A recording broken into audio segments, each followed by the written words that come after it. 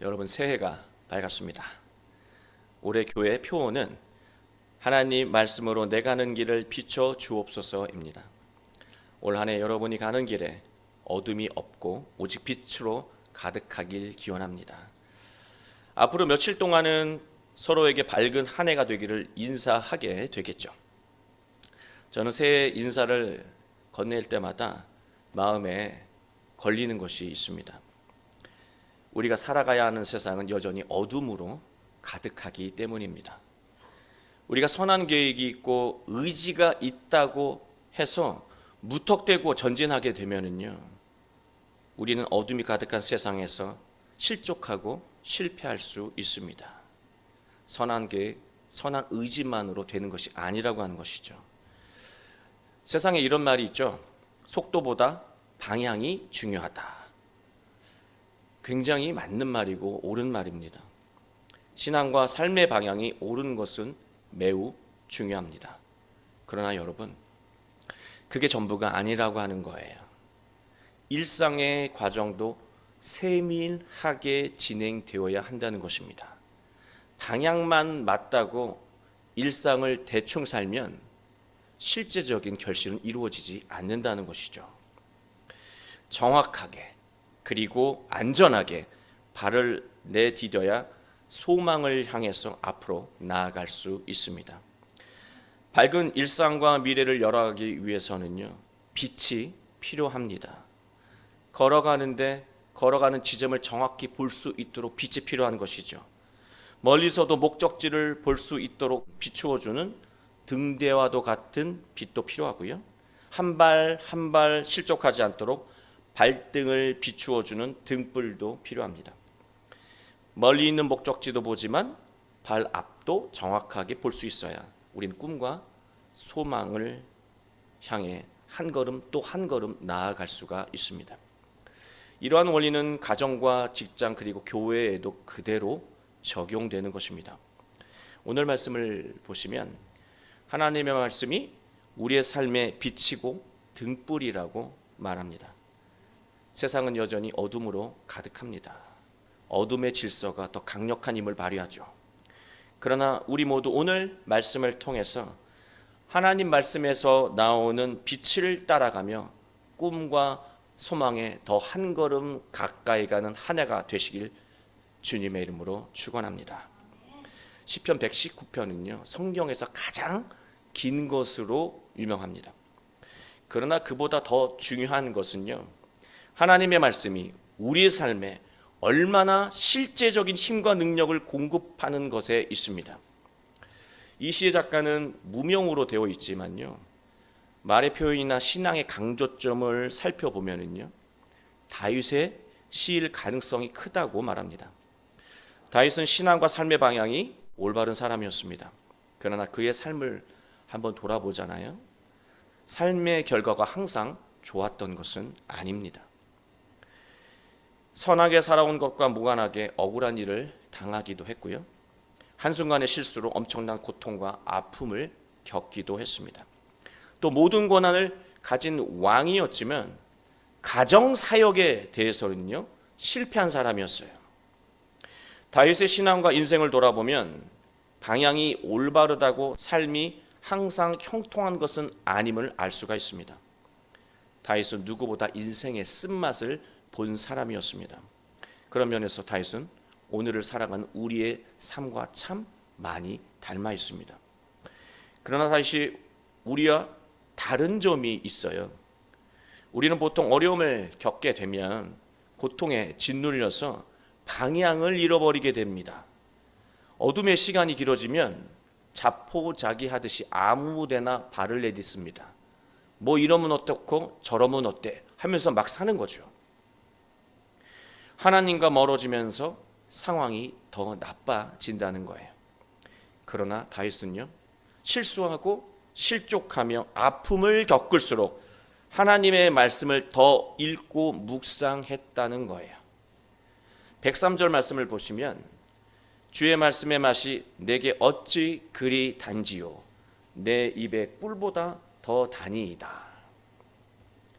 저는 이 말씀을 묵상할 때마다 참 신기하다는 생각도 들었습니다. 얼마나 달았으면 꿀보다 더 달다 그렇게 표현할까? 다윗은 사울 왕에게 배신당하고 억울한 일을 당하며 인생의 쓴맛을 볼수록 하나님의 말씀이 더 달게 느껴졌던 거예요. 아이러니한 것이죠. 인생의 쓴맛을 느끼면 느낄수록 하나님의 말씀이 더 달게 느껴진 것이죠. 세상의 소리는 이익을 위해서 말을 바꾸고 배신을 하는 것을 지혜로운 것으로 말합니다. 반대로 손해를 보면서 의로운 길을 묵묵히 걸어가는 사람을 미련하다고 말합니다. 다윗은 이런 소리가 귀에 들릴 때마다, 내면에서 울릴 때마다 고통스러웠습니다. 그러나 하나님의 말씀은요, 결코 다윗에게 어리석거나 미련하다고 말하지 않았습니다. 그 대신 다윗이 차분히 먼 곳을 볼 수 있도록 그의 눈을 들어 주었습니다. 소망을 보게 하는 것이죠. 다윗은 하나님의 말씀에서 세상이 줄 수 없는 위로와 힘을 얻었던 것입니다. 그래서 말씀이 달다고 말하고 있는 거예요. 그러나 만약 우리가 세상의 소리와 방식을 자주 찾을 정도로 달콤하게 여기고 하나님의 말씀을 찾지 않을 정도로 쓰게 여긴다면 우리는 마치 눈을 가리고 앞으로 내달리는 상황과 같은 모습으로 살고 있는 거예요. 언제 실족하고 부딪히며 부서져도 하나도 이상하지 않을 정도로 위험한 상태로 살고 있는 것입니다. 아직 부딪히지 않았다고요? 부딪히면 다시는 일어서지 못할 수도 있습니다. 세게 달린다고요? 눈을 가리고 빠르게 세게 달리면은요 더 위험합니다. 그러나 이러한 사실을 잘 알아도 우리는 여전히 하나님의 말씀보다 세상 어둠의 소리에 더 매력을 느낀다는 거예요. 왜 그럴까요? 하나님의 말씀을요 따르기 힘든 괴로운 명령으로 여기기 때문입니다. 하기 싫어서 버티는 숙제처럼 여긴다는 거예요. 하나님의 말씀에 대한 인식이 근본적으로 바뀌지 않으면 하나님의 말씀은 다윗처럼 절대로 달콤하게 여겨질 수가 없어요. 말씀이 달지 않으면 삼켜지지 않고, 삼켜지지 않은 말씀은 몸의 자양분이 될 수가 없어요. 인생의 힘이 될 수가 없습니다. 뱉어버리니까요. 하나님의 말씀에 대한 인식을 바꿔주는 말씀이요 104절에 나옵니다. 주의 법도들을 말미암아 내가 명철하게 되었으므로 모든 거짓 행위를 미워하나이다. 이 104절을 대충 읽으면요 특별할 게 없게 읽힙니다. 그러나 원어를 보잖아요. 깜짝 놀랄 사실이 104절 안에 담겨 있는 것을 알게 됩니다. 저도 깜짝 놀랐습니다. 이 주의 법도들이라고 번역된 단어가 히브리어로 피쿠딤이라고 하는 단어인데요. 이 피쿠딤은 법도, 규례라는 뜻도 있지만 중요한 뜻이 위임한 권한, 위임한 권리라고 하는 뜻이 있습니다. 주의 법도는요, 하나님이 자신을 믿고 따르는 사람에게 위임하신 권한이고 권리라고 하는 거예요. 하나님의 말씀이 저와 여러분에게 주신 권한과 권리라고 말하고 있는 것입니다. 권한이래요. 너희가 누릴 권리래요.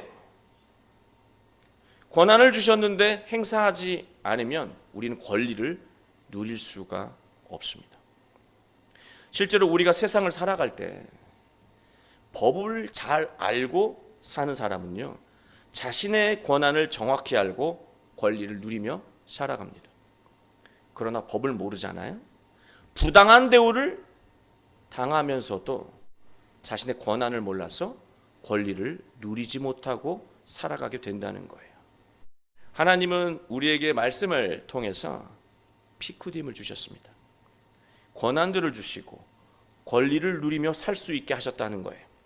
그런데 우리는 하나님의 말씀을 강요처럼 여기며 멀리합니다.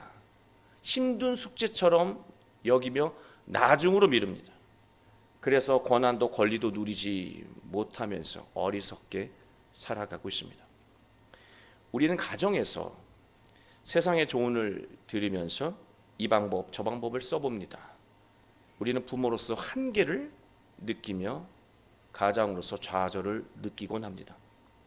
그러나 실제로는 한계가 아니라고 하는 사실이에요. 우리가 지금까지 느껴왔던 그 한계가 아니라고 하는 사실입니다. 영적으로 어두워진 상태에서 가족을 보며 판단하기 때문에 일어난 일이라고 하는 거예요. 그런 현상이라고 하는 것이죠. 하나님이 가정을 허락하셨을 때는요, 가정을 이끌 만한 권한과 권리도 주셨다라고 하는 거예요. 능력을 주셨다라고 하는 거예요. 이 권한과 능력이 하나님의 말씀에서 나온다는 거예요. 하나님이 주신 권한을 사용하면 행복할 권리를 누릴 수 있다는 말씀입니다. 학교와 일터에서도 마찬가지입니다. 우리가 세상의 방식에 위축되지 않고 하나님의 말씀이 주는 권한과 능력을 발휘하며 공부하고 일하잖아요. 그러면 우리는 학교와 일터에서 복된 열매를 맺는 권리를 누릴 수 있게 된다는 거예요.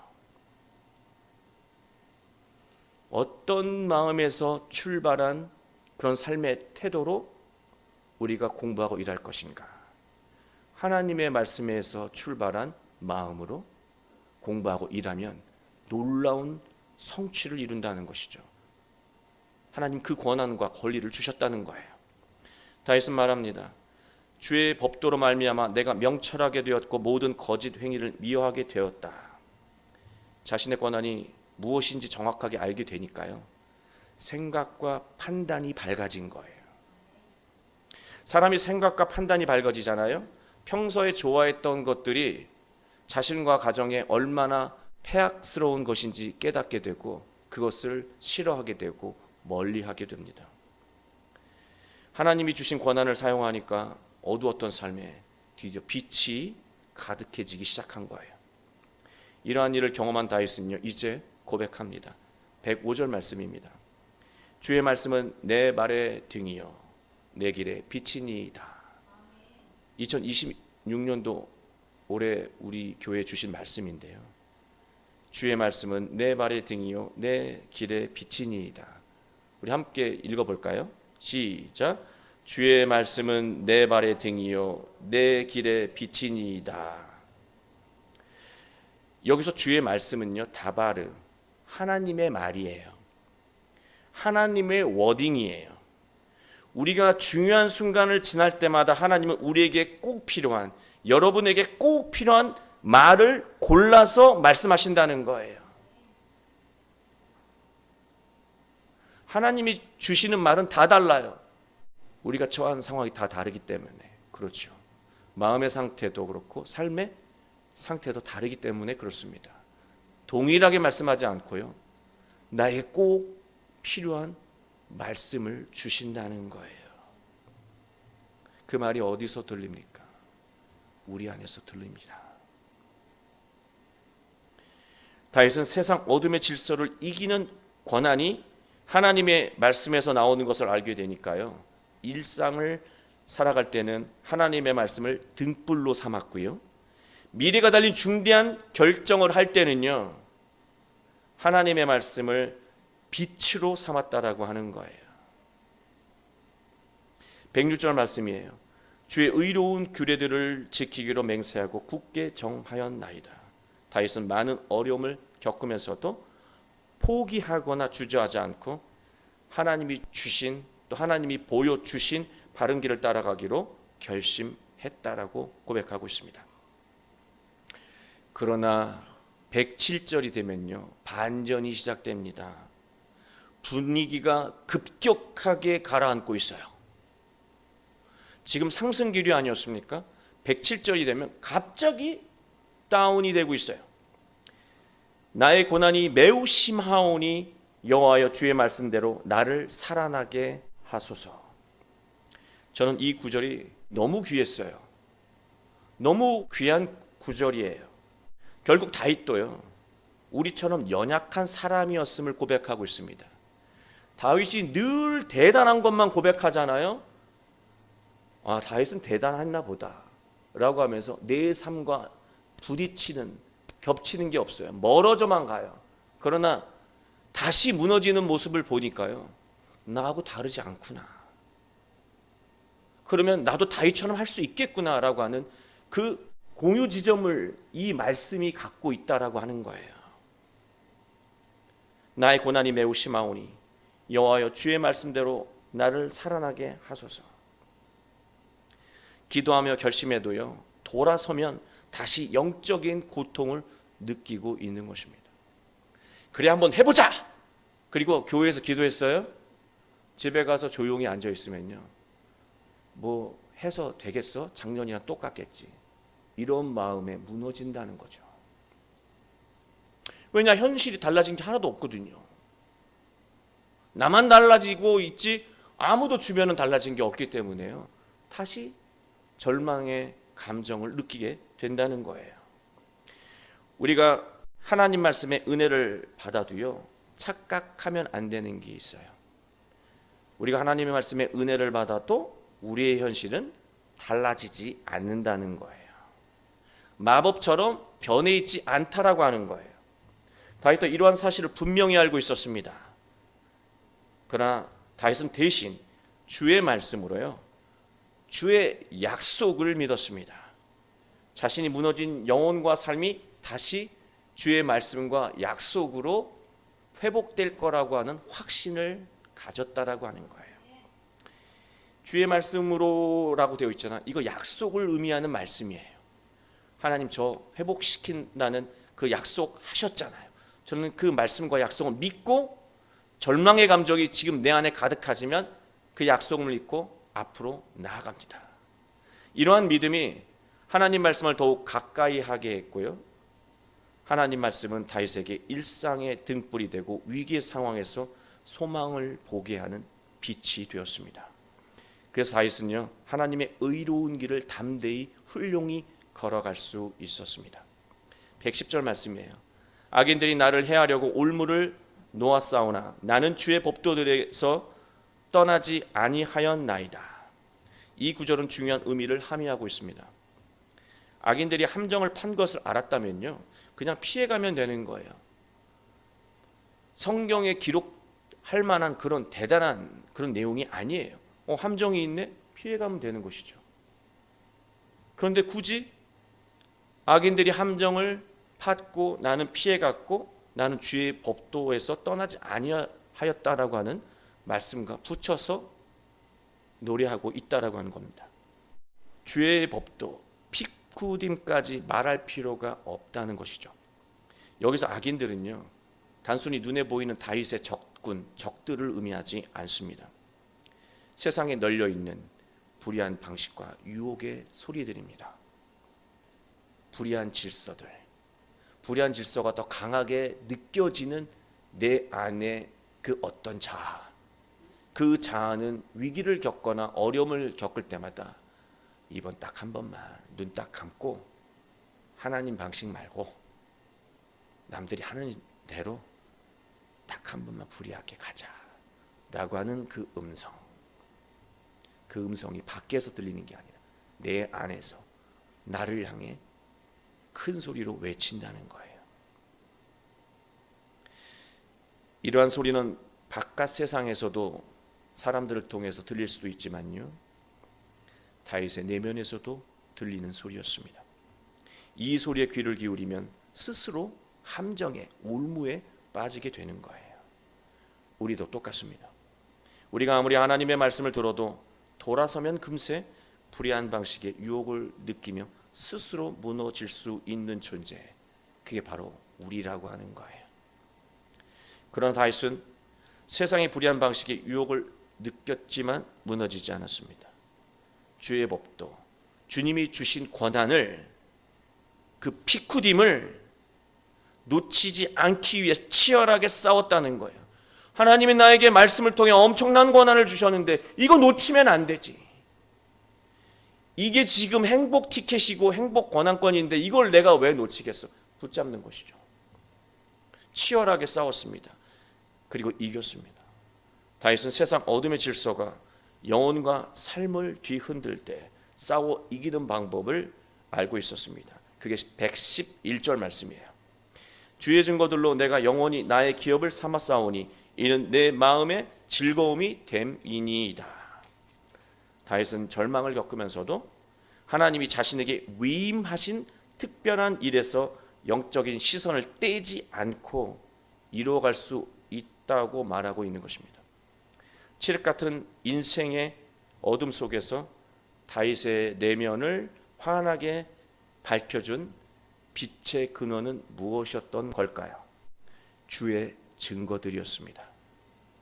빛의 근원은 주의 증거들이었습니다. 주의 증거들이 무엇일까요? 이스라엘의 은혜의 역사들입니다. 이스라엘 역사에 기록된 은혜의 사건들입니다. 유월절의 사건, 문설주의 피를 바르면 하나님이 재앙을 내리지 않고 넘어가 주셨던 그 유월절의 사건, 홍해가 갈라지는 사건, 광야로 빈손으로 나왔는데 40년 동안 아무것도 하지 않아도 죽지 않고 살아남을 수 있었던 기적, 그 은혜의 사건, 고난도 권리도 없는데 축복의 땅, 약속의 땅으로 인도해 주신 하나님의 은혜, 그 증거들을 기억하는 것입니다. 주님의 증거를 기억하는 과정에서 다윗은 어둠을 이겨낼 빛을 발견했고 하루를 어떻게 살아야 하는지 선명하게 보여주는 등불을 찾을 수 있었던 거예요. 우리가 내면이 칠흑같이 어두워졌을 때 여러분, 하나님 덕분에 감동적인 결과를 이루었던 것들이 있잖아요. 사실 인생 전반이 그거지만 유독 기억나는 사건들이 있잖아요. 자녀를 통해서든 어떤 사람을 통해서든 어떤 일을 통해서든 건강을 통해서든 그 은혜를 경험했던 순간들이 있지 않습니까? 그거를 기억하는 거예요. 거기서 소망을 놓지 않고 끝까지 바라보며 꿈을 향하게 나아가게 해주는 그 빛이 비추어지고요, 일상의 작은 순간순간마다 무엇을 행하고 살아가야 하는지 비추어주는 등불이 만들어진다라고 하는 거예요. 빛이신 예수님과 함께하면 우리는 세상 어둠의 영향을 받지 않고요, 밝고 즐겁게 살아갈 수 있습니다. 여러분, 원래 자기 권한을 행사하고 권리를 누리는 사람이 즐겁기 마련이에요. 12절 말씀입니다. 내가 주의 율례를 영원히 행하려고 내 마음을 기울였나이다. 영원히 하나님의 말씀을 따르겠다고 결심하고 있습니다. 쟁반에 구슬을 올려놓고 기울이면 한쪽으로 치우치죠. 그 한쪽이 내 마음을 기울여서 어떤 상황이 돼도 말씀 쪽으로 흘러갈 수 있도록 기울인대요. 어떤 상황이 돼도 말씀을 따르겠다고 다윗은 결심하고 있습니다. 이러한 다윗의 결정은 하나님이 강압적으로 명령하셨기 때문도 아니고요, 하나님이 무섭고 두려워서 이렇게 결심한 게 아니에요. 하나님의 말씀에서 삶의 어둠을 극복하는 권한이 나오고, 권한을 사용하면 인생과 가정이 밝아지고 행복할 권리를 누릴 수 있게 됨을 알았기 때문입니다. 사랑하는 교회 여러분, 하나님이 허락하신 한 해를 밝게 살아야 하지 않겠습니까? 그러기 위해서는 우리 삶을 밝히는 하나님의 말씀을 꼭 붙잡아야 합니다. 하나님의 말씀은 하나님이 우리에게 주신 피쿠딤이에요. 권한들이에요. 그 권한을 행사하고 살아야 합니다. 권한을 행사를 하지 못하면 인생은 권리를 누릴 수가 없어요. 하나님 말씀을 통해서 여러분에게 꼭 필요한 피쿠딤을 주셨습니다. 어둠으로 가득한 세상에 나아가도 그 피쿠딤을 붙잡고 살아가면, 그 권한을 가지고 살아가면 우리는 모든 삶의 영역에서 승리하며 전진하며 소망을 이룰 수 있게 될 것입니다. 하나님이 주신 모든 권한을 모두 사용하시고 구원의 길을 여신 예수님처럼 우리 모두 하나님의 말씀에서 나오는 권한으로 삶의 어둠을 몰아내고 빛나는 인생과 가정, 교회를 이루어 가게 되시길 주 예수 그리스도의 이름으로 축원합니다.